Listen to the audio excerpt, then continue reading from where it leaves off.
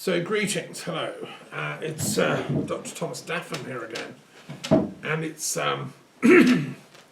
just gone Epiphany, and we're here in the run-up to the tragedy that is Brexit, which I've been speaking about for the last year. It's my weekly fast day. It's Sunday, the 12th of January. I've just got back from India. I've been speaking to various people about what we can do to prevent Brexit and all the consequences that will flow from that. I've spoken today to people in Britain, and I'm actually going off to London next week, so I will be in London if anyone wants to talk to me and meet in person. I'm going to have like a surgery about 10 days from now. Email me, we can talk in person. I'm coming to try and organise some kind of constitutional thinking about where the UK needs to go. As you know, well, I presume you follow the news, at least 70,000 Scots marched in Glasgow yesterday, even though it was raining. And that shows the incredible determination of the people of Scotland, which I know and love well. I mean, I lived in Scotland for 7 years. I've said continually in my talks for the last year, Brexit will be the separation of Scotland from the United Kingdom. It will end the United Kingdom. And I've always argued that's not a price worth paying. I still maintain that. And 70,000 Scots, plus millions of others, agree with me. It's a scandal that the people in Westminster, these Anglo-Saxon idiots who, I mean, they're not actually, they're not really English people that are behind it. Boris Johnson was an American citizen until recently. I mean, he's not, these people don't think about what they're doing to the destruction of the UK, or that it matters even. I'm utterly appalled, and I do believe that foreign powers have got involved. There's no right-thinking English people would have ever countenanced Brexit as a policy decision. It's an absolute lie that the Anglo-Saxon people have been sold. The Scots knew that from day one. That's why they voted against it. They're intelligent. The English, unfortunately, I don't know what it is. It's the arrogance, the hubris of empire. It's the relic of arrogance, oh gosh, we could be an imperial power again nonsense. I mean, I suppose I'm from that background myself. I understand how the English think because I'm culturally English. I was brought up in Brighton. My university is the University of London. I've taught all over England. I know the English very well. My daughters, live in England and so on. And one of my grandfathers was an English soldier who was in the Indian Army, old school, in the Royal Household Cavalry, so he would have been trotting about Horse Guards Parade, protecting the king. This is at the time of the Boer War. He actually fought in South Africa in the Boer War, as well as in India. So that's old school British Empire. You can't get any more traditional than that. So I know what it's like. It's in my blood. But I've grown out of it, my friends. It's really got to change. The British Empire did some good. I mean, it founded Canada, where I was born. It did some good stuff, and it introduced concepts to some extent of fair play, law, rule of law, and all kinds of things. But it also did some terrible things. It brought in cutthroat capitalism as the only kind of economic system that's viable. As it was sold. It brought in racism, it brought in this idea of racial superiority, the way the Brits ran India, and large parts of Africa. It brought in a sort of neo-Darwinian view of life, which is what that was premised on, this sort of racial idea, the English are the best race in the world. Germans, no, they don't quite count. It brought in rule by the Secret Service, which has been going on ever since World War I.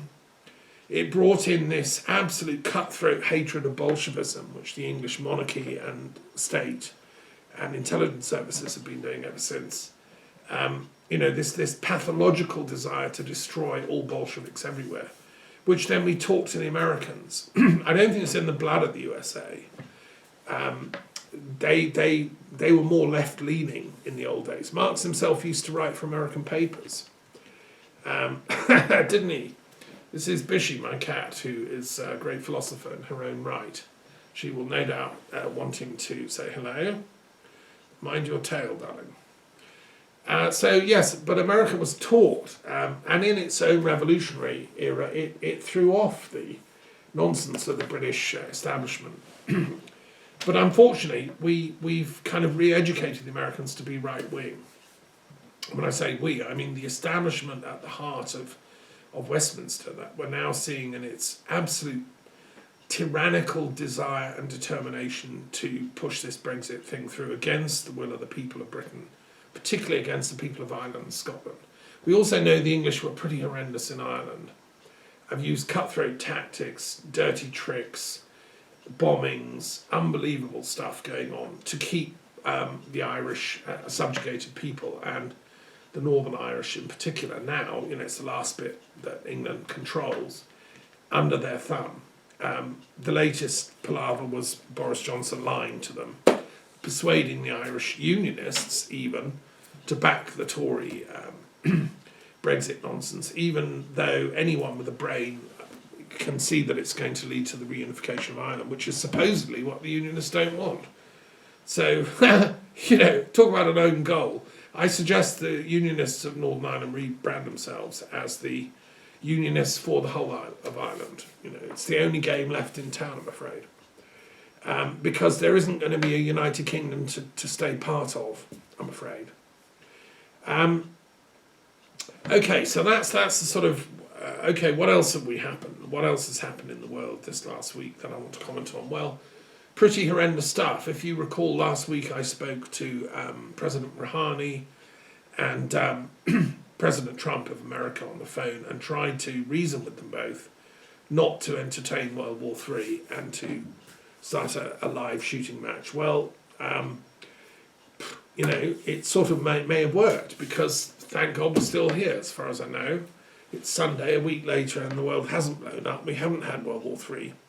What we have had is an utter series of catastrophes. We've had, after the initial totally misjudged, catastrophic killing of a noble Iranian general, Qasem Soleimani, who had stood up against the fanatics of the ISIL fanatic extreme Wahhabi sect.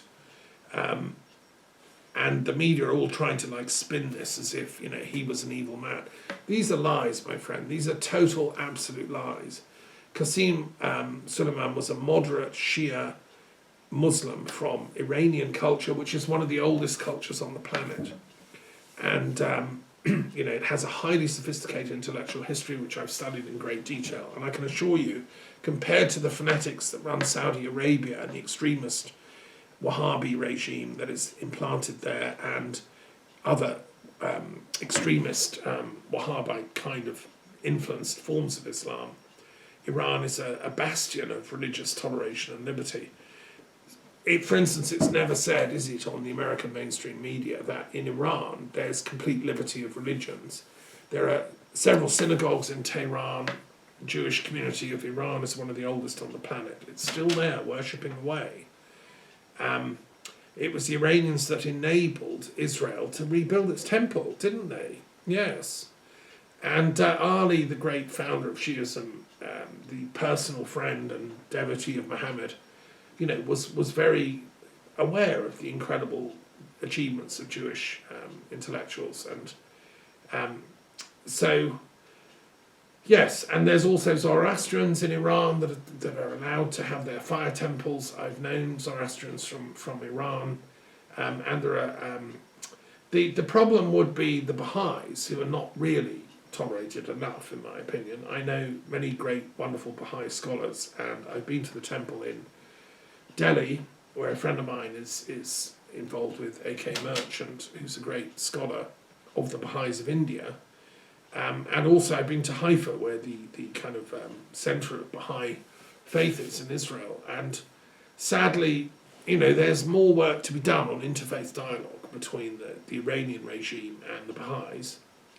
But the Christians are tolerated in Iran in a huge way. I mean, there are many churches in Iran. In Tehran, there are Catholic churches, Protestant, Anglican, Presbyterian, They have religious freedom. It's in their constitution. They're protected people. And I feel very strongly about that because my namesake, St. Thomas, brought Christianity to Iran way back. He was one of the saints that passed through on his way to India. This is the Oriental Church, which I don't know, people on the Potomac don't seem to realise there's an Oriental Church and that Christ was an Oriental. I mean, they trot around pretending to be Christian in Washington, D.C. They have this national cathedral close to the White House. They must have the same Bible that we have here in Europe and Asia, but they don't seem to read the fact that Christ was an Oriental and that he came from Palestine, and that he was his disciples and so on were sent also east, as well as Paul, who never actually met Jesus. Thomas actually met him, and he took the church to the east. And these are the descendants of that church, these poor people in Iran who are being threatened by this so-called Christian cabal running Washington, or Judeo-Christian cabal really, who seem to put the ideology of Zionism and Judaism over and above that of any other faith. I don't know what's going on, very bizarre, because yes, of course Christians want Israel to flourish and be at peace, but they also want the Palestinians who were there first to flourish and be at peace, and feel a duty to make sure there's an equal, two states living in harmony. We can help with economic development for both of them.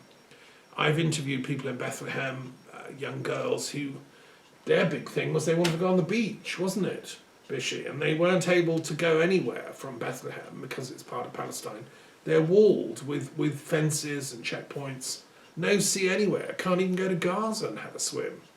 They're just young teenagers that wanted, like every other person, to go and have a swim in the hot summer. They were Christian Palestinians. A lot of the Palestinians are Christians, and I've met them and interviewed them, and you can see that in my Truth and Reconciliation Commission for the Middle East work, which I've been doing with colleagues. So yes, so no war please on Iran. That's okay. And then what Iran does, tragically, you see, they were so nervous and skittish because of this lying rhetoric aimed at them, that they're the worst state in the world. Bush called them part of the axis of evil. This man, Qasem Soleimani, had been helping America in the immediate aftermath of 9/11 to try and, give intelligence on how to solve the problem of the Taliban, who were an extreme sect, who'd imported Wahhabi ideas into Afghanistan where they don't belong. Afghanistan has always been a home of a moderate, profound, culturally advanced form of Islam. Of course, there's wild tribesmen, and they used to like firing guns in the air all the time, like in the Wild West. It's the Wild East, if you want. Well, they're in Texas too. But I've known Sufis from Afghanistan, some of them my dear friends and students. I knew the head of the Qadiri order from Afghanistan very well, Sheikh Qadir, who is dead now, but he was the head of the Sufis of Afghanistan, and he was a friend and colleague of mine when I taught at the University of London and at the Muslim College in London, who would have died to save Afghanistan from the horrors it's lived through ever since the Soviet invasion, which was a complete catastrophe. And then the maelstrom that was left when they left. In that conflict, when the Taliban and the Northern Army, if you recall, under Shah Massoud started fighting, Shah Massoud was a moderate Muslim who supported the Sheikh and moderate Islam. He was educated in French at the Lycée in Kabul. Highly intellectual man. I knew his brother, who was the then ambassador to London from the Afghan government, and I actually tried to mediate, having set up my mediation service that I talked about last week. That's why I rang Trump and co. And by the way, of course, everything I'm saying is true. I mean, I've taken an oath of veracity. This isn't, some of my students think I can't have done all this, I'm not old enough, it's not true. Well, I'm sorry, look it up. These are historical facts I'm laying out before you. And I'm just doing so because I'm trying to preamble what I'm going to be doing shortly on the phone. So yes, I went to meet the leaders of the Northern Alliance. I tried to talk to people representing the Taliban, but it's impossible to get hold of them. They were just a shadowy, dark, evil force, I have to say.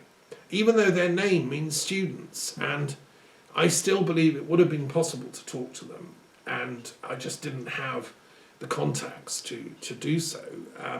Because as an educator, I never give up on students, I think that every student actually wants to become advanced up the ladder of gnosis, if you want. And if you present knowledge in the right way, you can hopefully appeal to most intellects, because we're all like, as the Quran says, or the Bible, we're all droplets of God in human form.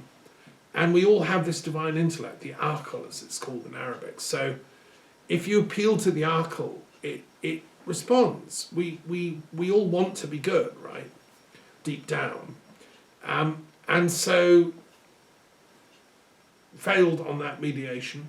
Long story. Then 9/11 happened. Poor old Ahmad Shah Massoud was killed 2 days before 9/11. And I've spent ever since in shock. I took personally 9/11 because I knew friends who were Afghans. I love New York. One of my students even knew Bin Laden, right? Shock, horror, probe, but it's a fact. And said that she was trying to get peace talks going, mediations and so on. I never bought the thing, the Bush thing that, yes, 9/11, it was all Al-Qaeda, it was all Bin Laden, and we're going to get them. And we're going to use that as a pretext to invade Afghanistan, destroy everything in sight, and destroy Iraq. I never bought that line. That was so obviously a false narrative. But it's taken years for the truth movement to assemble the compelling case, and also in law. It is now going to courts. This is how long truth takes, right? Unbelievably shocking. I'm a historian of the Cold War, a historian of modern history, and a historian of 9/11. I've written the first and definitive so far. I mean, it's provisional, right? It's 1,000 pages, 2-volume historical study of the events of 9/11 and what led up to them and what happened after.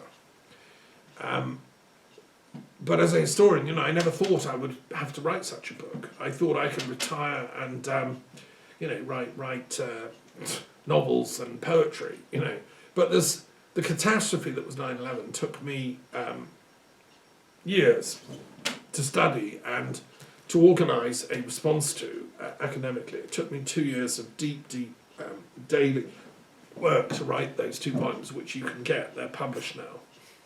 I come forward with 19 hypotheses. I don't know who did 9/11, but I start from the assumption. Well, I find in the start of it that 9/11 was not done by Al-Qaeda and Osama bin Laden alone. They may have had some role to play, tragically. They may have been misguided to think this was a good idea, but they were certainly led on by some other agencies. We don't know who, but I can assure that is the fruits of my research. Now, you can ignore that, you can dismiss me as a conspiracy theorist or whatever. I assure you I'm not. I'm an absolutely grounded, historical, trained academic, and this is conspiracy history I'm talking about, not theory, not, this is the history of a conspiracy, which is as yet unsolved. The fact that 9/11 was a conspiracy, I think, is an undeniable fact. The evidence the Bush report put forward for their explanation of this conspiracy is unconvincing. Therefore, let's say the case is unfinished and that particular conspiracy is still not solved. I haven't solved it. I'm an academic in the Socratic sense. I've asked questions. But I have, I think, moved that solution onwards by formulating what kind of possibilities might explain 9/11. And I've come up with 19 possibles. I've at least begun to ask the questions. that I've not seen the actual truth movement ask. You know, these people like David Ray Griffin, they focus on the micro details of the building destruction. Fine, somebody had to do that. But they're not asking the bigger picture questions. I seem to be the first academic historian to actually even ask those questions. You know, I'm sorry, but that's a fact. I wish there were more people joining me, and that's why I've called for an international historical commission of inquiry into 9/11. I'm asking all historians, bona fide, 2 from each country in the UN system, to come to a meeting in The Hague next 9/11, 2020, and we will go through this with a fine-tooth comb. And we will hear evidence, and we will discuss, you know, bigger picture issues, as well as some of the micro details. And we will take evidence from non-historians, people that have evidence, you know, buildings experts, whatever, psychologists and so on. Okay, so, and poor old Ahmed Shah Massoud was killed 2 days before it. So in my book, I've argued that whoever was responsible for 9/11 also killed him. It's said to be Al-Qaeda, but you see, I don't think that Ahmed Shah Massoud was that stupid. I don't think he would have let Al-Qaeda get anywhere near his camp. The people that did it were incredibly sophisticated. They used a camera like I'm using to kill him with, like a bomb was concealed in the camera. So again, I suspend judgment on that, but I will do the best I can whilst I'm still alive to get to the truth of that. Because as I say, I take it personally. I think there were international forces that wanted 9/11. I think they were after Iraq's oil. They wanted to use it as a justification for the invasion of Iraq. I think that it was a scandal, and I think that the neocons running the Bush administration behind the scenes were implicated in this. And they should be brought to justice. This is a matter that should go to the courts. I'm very willing to give evidence before the courts, and my book can be used as background research material. Now, what's all this got to do with Brexit? Well, my view is that the people behind Brexit, the same international forces, we're talking the billionaire class, the people that own banks, that own oil companies, that own the arms trade, that own Lockheed, that own the missile manufacturing companies and so on. That trillionaire league obviously have set up some kind of, let's call it special operations units that operate beyond the reach of national governments now. I think they're now in the stratosphere. They're beyond the reach of national governments. They have so much wealth. They can pull off things like 9/11. And I think this was an engineered plan to stimulate the war industry. What these people want more than anything else is war. They want destabilization, and the Middle East is the best place to do that because it's like a moral vacuum. Because of the way the theological, spiritual, philosophical climate has shaped up, you can stimulate wars there very easily because Israel is against everybody. You know, the extreme Muslims, Wahhabis, they're against everybody. So these two people against everybody have done a sort of Faustian pact. Now it's them against everybody. The moderate Muslims, like the Syrian regime, the kind of Muslims that are trying to be tolerant to everybody, including the Sufis, they get it clobbered from all sides. And the Iranians, who've been watching in shock and, you know, dismay whilst all this is going on, they're another factor. They would like alliances with people. That's why they reached out to Russia, which has a huge Muslim population, and has made peace feelers. Russia has no interest in vast Middle East wars. That's why they've intervened in Syria to prevent it, like firefighters. They know that when Middle East wars break out, the Christian communities in the Middle East suffer. And that's why it was Syrian Orthodox bishops went to Putin and pleaded with him to save them from ISIS, who were slaughtering them, cutting their throats, raping their women, you know, dismembering them. Unbelievable, shocking horror attacks. And it was done with the help and connivance of British and American intelligence and Israeli and Saudi, each for their own nefarious reasons. Well, this is scandalous. I'm sitting watching all this as chair of the Truth and Reconciliation Commission for the Middle East, and I'm pulling my hair out, unbelievably shocking. But when I rang the Foreign Office in Britain and said, like, what's going on? Can we not mediate a peace in Syria? I was told by the Eton-educated underling that was running Syria policy for the Foreign Office, no, go away, we're not interested in peace in Syria. Our mission is regime change. We are bringing down Assad. And when I said, what? Like, under whose authority? Like, that's illegal, that's against the law? Like, has this been discussed in Parliament? I was mocked. Like, you know nothing about the real world, go away.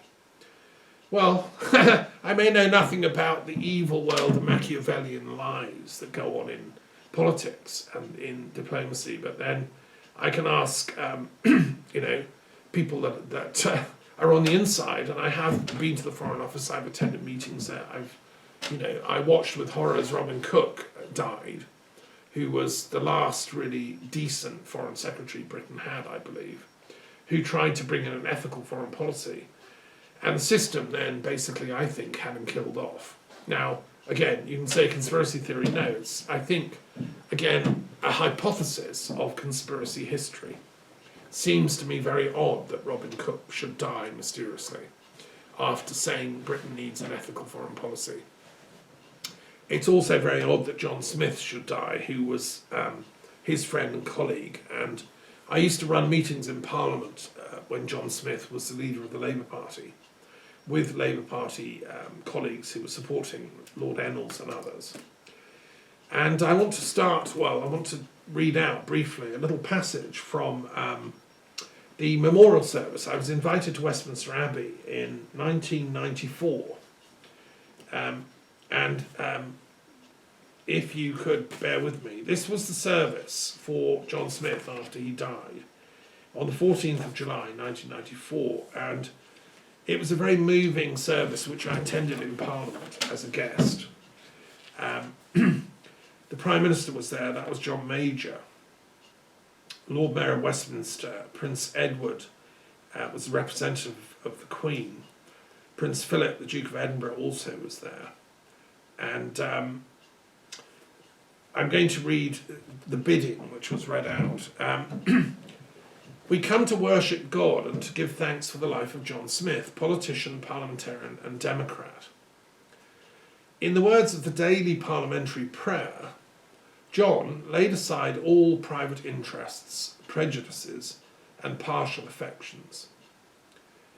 In his commitment to public service, inspired by his Christian faith, he believed it was through politics that he could help people fulfil their true potential.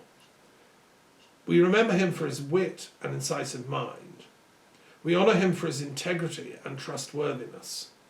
And we recall his love for his family who sustained him, his delight in the mountains that refreshed him, and the vision of social justice that inspired him.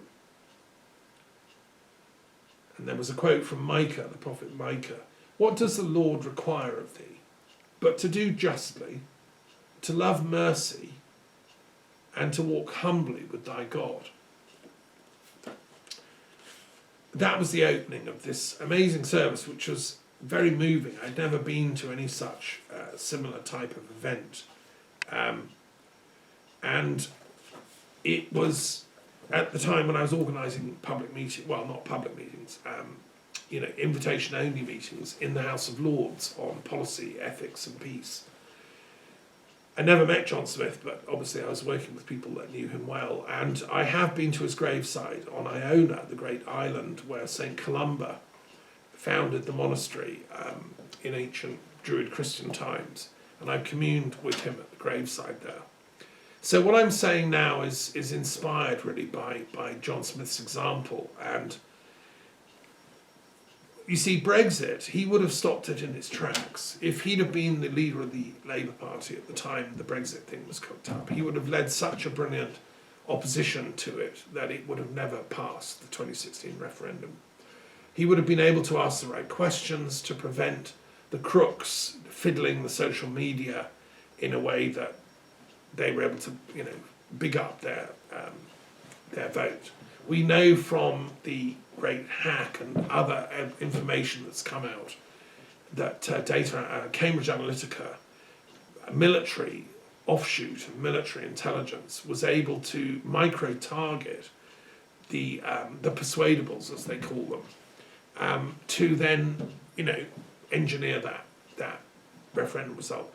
I think this kind of micromanagement of people's opinions should be outlawed. I don't know how you do it. Maybe you shut Facebook down for a month before elections. I don't know, but I think that that degree of interference in our democratic system it's as if somebody found a way to go into the private polling booths where people used to go and vote. Well, they still do. And somehow, make the pen sign the wrong thing. It's that level of interference. And in the book Surveillance Capitalism, that point has been well made. Well, what's going on now is the surveillance of our minds, right? Now, John Smith didn't foresee all that, but he would have known how to deal with it. He had a fundamental core integrity that can see through this stuff. If you have what St. Paul calls the armour of God, then, the evil demons can't get into you. Unfortunately, we've now entered a post-truth world where people of his integrity are very short to find. And so how do we get, what do we do about that? This to me is how Brexit happened.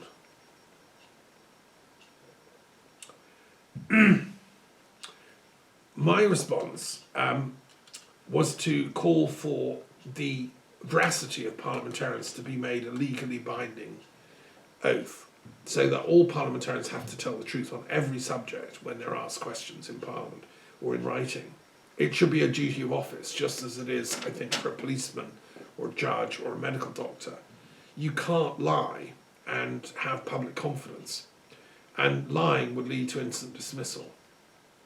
That's one response, and I notice there are several petitions now running with that idea, which I first proposed back in 2015, so even before the referendum. Had it been adopted, we wouldn't be where we are now. So since then, however, we've had this gradual deterioration. It's like a moral entropy has been going on in my country, of the UK. And the end result, I can't see, well, I can only see two possible outcomes. And one of the things I've spent 40 years studying is future studies, as it's called. My friend, a judge in Israel, Shlomo Soham, calls it future intelligence. He was the ombudsman for the future in the Israeli Knesset.